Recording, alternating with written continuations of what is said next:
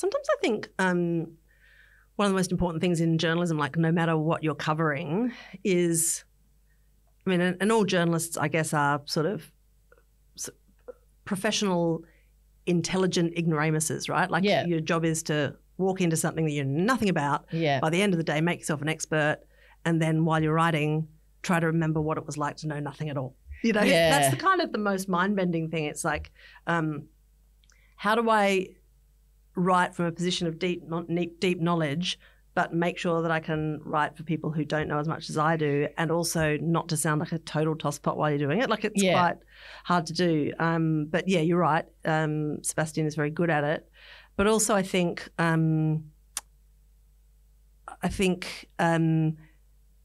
there's a tonal consistency to the whole book, even when you're, I don't know, the same observational skills and descriptive skills. Because, I mean, it's weird to write a book about visual art where you're like, I'm writing about a visual medium using words. Well, and also totally, but also to be tonally consistent when you've got to write war scenes, but then art stuff, like that's pretty impressive. Yeah, so. It is a very impressive book. So, and it's only been out for a week or two, and it's been, you know, very well reviewed around the place, which is good. I'm looking forward to reading it. One of the things too I was going to say about journalism, when you say what the core skill is, I think another thing that journalists should do is bring context about, hey, remember this happened before or whatever. And one of the things that struck me recently in the Trump-Harris debate wash up, and I've been thinking about it just because I'm working on a piece to write for next week about American politics. Pretty universally, everyone judged, well, Harris wiped the floor with Trump. She decisively won that debate. And it was best, I thought, typified by Caddy Kay and The Mooch and their podcast that we like, The Rest is Politics US, where Caddy Kay said, well, if you were hiring a CEO, there's just absolutely no doubt you'd go for Kamala Harris. But, I mean, I was just listening and reading all this analysis going, God, does anyone remember 2016?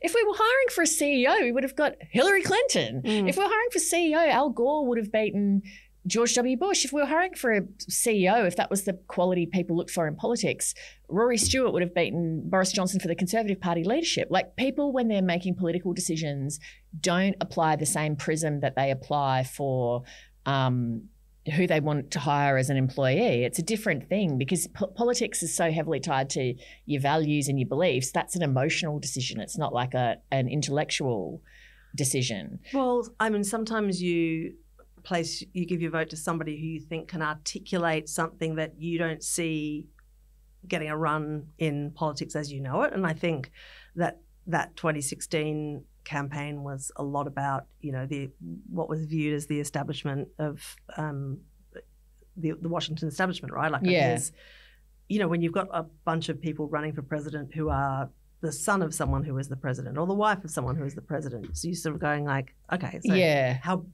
how broadly are we casting this net here? So there's that. But also, the other thing that I think is worth remembering is that television is incredibly powerful, and this guy has been on TV being a CEO for 10 seasons or whatever. So, I mean, he doesn't have to do any work at all introducing himself as a CEO because he's been on like a top rating TV show doing that job. So, I mean, I'm sure that is a little bit to do with it as well, because sometimes I think America does struggle a little bit with like, is that real or is that television? It's going to be fascinating to see what happens there. I mean, it's very difficult, I think, when you're sitting in Australia or if you're sitting in Washington, D.C. to gauge how people who are in Ohio, Pennsylvania, whatever, are thinking about it all. But anyway, I'm kind of fascinated by it.